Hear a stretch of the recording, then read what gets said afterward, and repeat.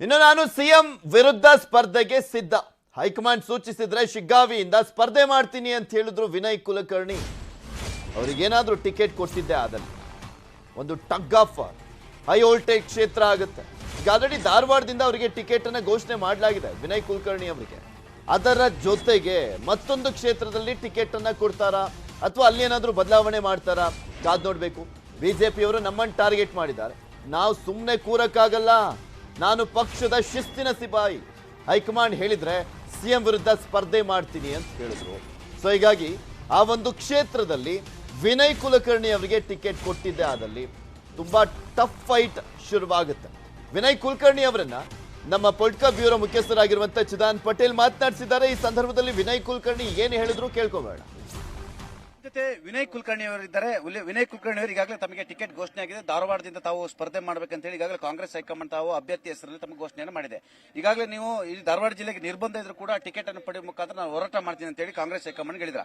ಇದರ ಬೆನ್ನಲ್ಲೇ ಎಲ್ಲ ಒಂದ್ ಕಡೆ ಪ್ರಬಲ ಅಭ್ಯರ್ಥಿಗಳನ್ನ ಹಾಕಬೇಕು ಬಿಜೆಪಿಯ ಅಭ್ಯರ್ಥಿಗಳ ಮುಂದೆ ಅಂತ ಹೇಳಿ ಚರ್ಚೆ ಆಗ್ತಿರುವಂತದ್ದು. ಹಾಗಾಗಿ ಸಿಗ್ಗಾಮಿಯಲ್ಲಿ ಏನು ಬಸವರಾಜ ಬೊಮ್ಮಾಯಿ ವಿರುದ್ಧ ವಿನಯ್ ಕುಲಕರ್ಣಿ ಹಾಕಿದ್ರೆ ಅದು ಸ್ಪರ್ಧೆ ಬಹಳಷ್ಟು ಕಠಿಣವಾಗಿರುತ್ತೆ ಬೊಮ್ಮಾಯಿಗೆ ಅನ್ನೋ ಚರ್ಚೆ ಆರಂಭ ಆಗಿರುವಂತದ್ದು. ಹಾಗಾಗಿ ಈ ಬೊಮ್ಮಾಯಿ ಅವರ ವಿರುದ್ಧ ತಾವು ಸ್ಪರ್ಧೆ ಮಾಡಲಿಕ್ಕೆ ಹೈಕಮಾಂಡ್ ಹೇಳಿದ್ರೆ ತಾವು ಸಿದ್ಧರಾಗಿದ್ದೀರಾ? ನಾವು ಹೈಕಮಾಂಡ್ ಹೇಳಿದ್ರೆ 100% ನಾ ಹೋಗತ್ತೇನೆ. ಬಟ್ ನನ್ನ ಕ್ಷೇತ್ರ ಬಿಟ್ಕೊಡಂಗಿಲ್ಲ. ನನ್ನ ಕ್ಷೇತ್ರ ನಾನಿಲ್ಲ ಅವನು. ಯಾಕಂದ್ರೆ ಇವತ್ತಾಲೆ ಕೋರ್ಟಿಗೆ ನನ್ನ ಅರ್ಜಿಯನ್ನು ಸಲ್ಲಿಸಿದ್ದೀನಿ. ನನಗೆ ಕೋರ್ಟ್ ಇವತ್ತು ನ್ಯಾಯಾಂಗದ ಮ್ಯಾಗ ನನಗೆ ವಿಶ್ವಾಸ ಇದೆ. ನನ್ನ ಚುನಾವಣೆಗೆ ನನ್ನ ಬಿಡ್ತಾರ ಅನ್ನುವಂಥ ವಿಶ್ವಾಸ ಇದೆ. ಚುನಾವಣೆವರೆಗೂ ನಾನು ಕೇಳಿದ್ದೀನಿ. ಚುನಾವಣೆ ಮುಗಿಯವರೆಗೂ ನನಗೆ ಅವಕಾಶ ಅಷ್ಟರ ಕೊಡಿ ಅಂತ ಕೇಳಿದ್ದೀನಿ. ನಂಗೆ ಚುನಾವಣೆ ಮುಗಿ ಮಟ್ಟ ಕೊಡ್ಬೋದು ಅನ್ನುವಂಥ ಭರವಸೆ ನನ್ನ ಮ್ಯಾಗ ಒಂದು ವಿಶ್ವಾಸ ಇಟ್ಕೊಂಡಿದ್ದೀನಿ ಇವತ್ತು ನ್ಯಾಯಾಂಗದ ಮೇಲೆ. ಹಾಗಾಗಿ ನನ್ನ ಚುನಾವಣೆ ನಂಗೆ ಅಲ್ಲಿ ಕೊಟ್ಟರೆ ನಾ ಹೋಗ್ತೀನಿ.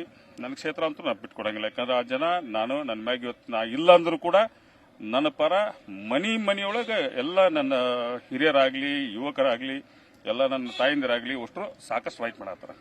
ಇವತ್ತು ನಾ ಇಲ್ಲ ಅಂದ್ರೂ ಅಷ್ಟೊಂದು ಹೋರಾಟ ಮಾಡುವಂತ ಸಹಜವಾದಂತ ಮಾತಲ್ಲ. ಇವತ್ತು ನಾ ಕ್ಷೇತ್ರಕ್ಕೆ ಹೋಗೋದನ್ನ 2.5 ವರ್ಷ ಅಲ್ಲ 3 ವರ್ಷ ಆಗ್ಬಂತು.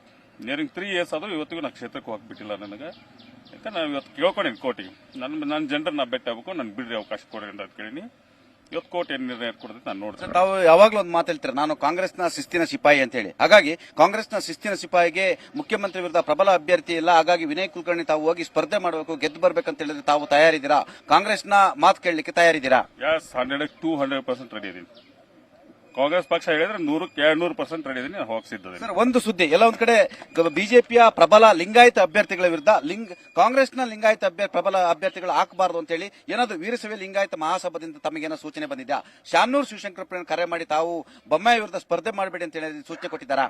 ಇಂಪಾಸಿಬಲ್. ಯಾವತ್ತು ಶಾಮನೂರ್ ಸಾಹೇಬ್ ಅಂತ ಯಾವತ್ತೂ ಹೇಳಿಲ್ಲ. ನಮ್ಮ ಹಿರಿಯರವರು ನನಗೇನು ಯಾರು ನನಗೆ ಅಂತ ಕಾಲ್ ನಮ್ಮ ಸಮಾಜದಿಂದ ಯಾರು ಹೇಳಿಲ್ಲ ನನಗೆ.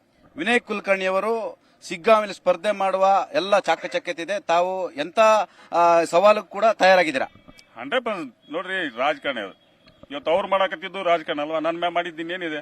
ಇಷ್ಟೆಲ್ಲ ನನಗೆ ತ್ರಾಸ ಕೊಟ್ಟಿದ್ದೇನೆ, ತ್ರಾಸ ಕೊಟ್ಟಿದ್ದಾರೆ ಯಾರು? ನಿಮ್ಗೆ ಅನ್ಸುತ್ತಾ ವಿನಯ್ ಕುಲಕರ್ಣಿ ಒಬ್ಬ ಮಲ್ರ ಅನಿಸ್ತೇನ? ಆ ಮಲ್ರ ಊರಾಗಿದ್ನ ನಾನು. ಕೊಲೆಗಡ ಅಂತಾರಲ್ಲ, ನಾನು ಯಾರು ಊರಾಗರಿದ್ನ? ಇಂಥ ಹೀನಾಯದಂತ ಕೆಲಸಗಳನ್ನು ಮಾಡುವಂತದ್ದು ಬಿಡ್ರಿ ಅಂತ ಅಷ್ಟೇ ನನ್ನ ವಿನಂತಿ. ಇದು ವಿನಯ್ ಕುಲಕರ್ಣಿ ಅವರ ಅಭಿಪ್ರಾಯ.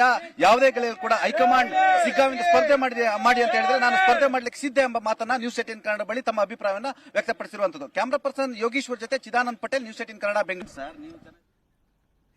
ಇದೆಲ್ಲದ್ರ ಬಗ್ಗೆ ಇನ್ನಷ್ಟು ಮಾಹಿತಿಯನ್ನ ನೀಡ್ತಾ ಹೋಗ್ತಾರೆ ನಮ್ಮ ಪೊಲಿಟಿಕಲ್ ಬ್ಯೂರೋ ಮುಖ್ಯಸ್ಥರಾಗಿರುವಂತಹ ಚಿದಾನ್ ಪಟೇಲ್. ನಮ್ಮ ಜೊತೆ ನೇರ ಸಂಪರ್ಕದಲ್ಲೇ ಜಾಯ್ನ್ ಆಗಿದ್ದಾರೆ. ಚಿದಾನ್ ಪಟೇಲ್, ಪ್ರಬಲ ಅಭ್ಯರ್ಥಿಗಳ ವಿರುದ್ಧ ಪ್ರಬಲ ಅಭ್ಯರ್ಥಿಗಳನ್ನ ಕಣಕ್ಕಿಳಿಸಿದೆ ಬಿಜೆಪಿ.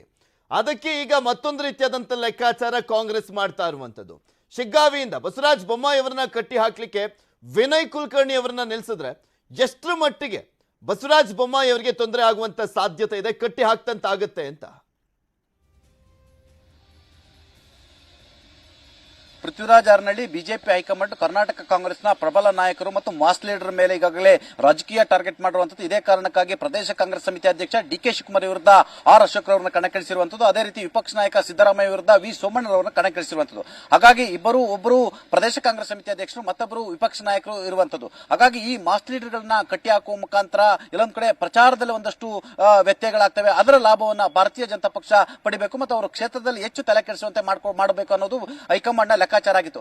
ಈ ಲೆಕ್ಕಾಚಾರದಿಂದ ಎಲ್ಲೊಂದ್ ಕಡೆ ಕರ್ನಾಟಕ ಕಾಂಗ್ರೆಸ್ನ ಪ್ರಬಲ ನಾಯಕರು ಕೂಡ ಎಲ್ಲೊಂದಷ್ಟು ಟೆನ್ಷನ್ಗೆ ಒಳಗಾಗಿರುವಂತದ್ದು. ಇದೇ ಕಾರಣಕ್ಕಾಗಿ ಇವತ್ತು ಮಹತ್ತರ ಬೆಳವಣಿಗೆ ಒಂದರ ಹಿನ್ನೆಲೆಯಲ್ಲಿ ಮುಖ್ಯಮಂತ್ರಿ ಬಸವರಾಜ ಬೊಮ್ಮಾಯಿ ವಿರುದ್ಧ ಕೂಡ ಪ್ರಬಲ ಅಭ್ಯರ್ಥಿಯನ್ನ ಕಣಕ್ಕಿಳಿಸಬೇಕಂತ ಹೇಳಿ ಚರ್ಚೆ ಆಗಿರುವಂತದ್ದು. ಈಗಾಗಲೇ ಧಾರವಾಡ ಕ್ಷೇತ್ರದಿಂದ ವಿನಯ್ ಕುಲಕರ್ಣಿ ಹೆಸರು ಘೋಷಣೆ ಆಗಿದ್ರು ಕೂಡ ಇದೀಗ ಶಿಗ್ಗಾಂವಿಯಲ್ಲಿ ವಿನಯ್ ಕುಲಕರ್ಣಿ ಅವರನ್ನ ಸ್ಪರ್ಧೆಗೆ ಹೊರಡಬೇಕಂತ ಈಗ ಚರ್ಚೆ ಆಗ್ತಿರುವಂತದ್ದು. ಯಾಕಂತ ಹೇಳಿದ್ರೆ ಈಗಾಗಲೇ ಶಿಗ್ಗಾಂವಿಯಲ್ಲಿ ಸುಮಾರು 55,000ಕ್ಕೂ ಹೆಚ್ಚು ಏನು ಲಿಂಗಾಯತ ಸಮುದಾಯದ ಮತದಾರ ಇರೋದ್ರಿಂದ, ಮತ್ತೊಂದು ಕಡೆ ಅಲ್ಪಸಂಖ್ಯಾತ ಮತದಾರರು 55,000 ಇರತಕ್ಕಂಥದ್ದು ಮತ್ತು ಕುರುಬ ಮತದಾರರು 32,000 ಇರತಕ್ಕಂಥದ್ದು, ಜೊತೆಗೆ ಏನು ಲಂಬಾಡಿ ಮತದಾರ 22,000 ಮತ್ತು 25,000 ಪರಿಶಿಷ್ಟ ಜಾತಿ ಮತಗಳಿರೋದ್ರಿಂದ ಒಂದು ವೇಳೆ ವಿನಯ್ ಕುಲಕರ್ಣಿ ಅವರನ್ನ ನಾವು ಸ್ಪರ್ಧೆಗೆ ನಿಲ್ಲಿಸಿದ್ರೆ ಅಲ್ಲಿ ಏನು ವೀರಶೈವ ಮತಗಳು ಜೊತೆಗೆ ಒಬಿಸಿ ಮತಗಳು ಮತ್ತು ಪರಿಶಿಷ್ಟ ಜಾತಿ ಪಂಗಡದ ಮತಗಳ ಜೊತೆಗೆ ಅಲ್ಪಸಂಖ್ಯಾತ ಮತಗಳು ಬಂದ್ರೆ ನಾವು ಬಸವರಾಜ ಬೊಮ್ಮಾಯಿ ಅವರನ್ನ ಕಟ್ಟಾಕಬಹುದು, ಆ ಮುಖಾಂತರ ಮುಖ್ಯಮಂತ್ರಿ ಅಭ್ಯರ್ಥಿನ ಸೋಲಿಸಬಹುದು ಅನ್ನೋದು ಈಗ ಕಾಂಗ್ರೆಸ್ ಒಳಗೆ ಲೆಕ್ಕಾಚಾರ ಆಗಿರುವಂತದ್ದು. ಇದೇ ಕಾರಣಕ್ಕಾಗಿ ಕೆಪಿಸಿಸಿ ಅಧ್ಯಕ್ಷ ಡಿ.ಕೆ. ಶಿವಕುಮಾರ್ ಅವರು ವಿನಯ್ ಕುಲಕರ್ಣಿ ಅವರ ತಮ್ಮ ನಿವಾಸಕ್ಕೆ ಕರೆಸಿಕೊಂಡು ಸುಮಾರು 20 ನಿಮಿಷಕ್ಕೆ ಹೆಚ್ಚು ಸಮಯ ಮಾತುಕತೆ ನಡೆಸಿದರು.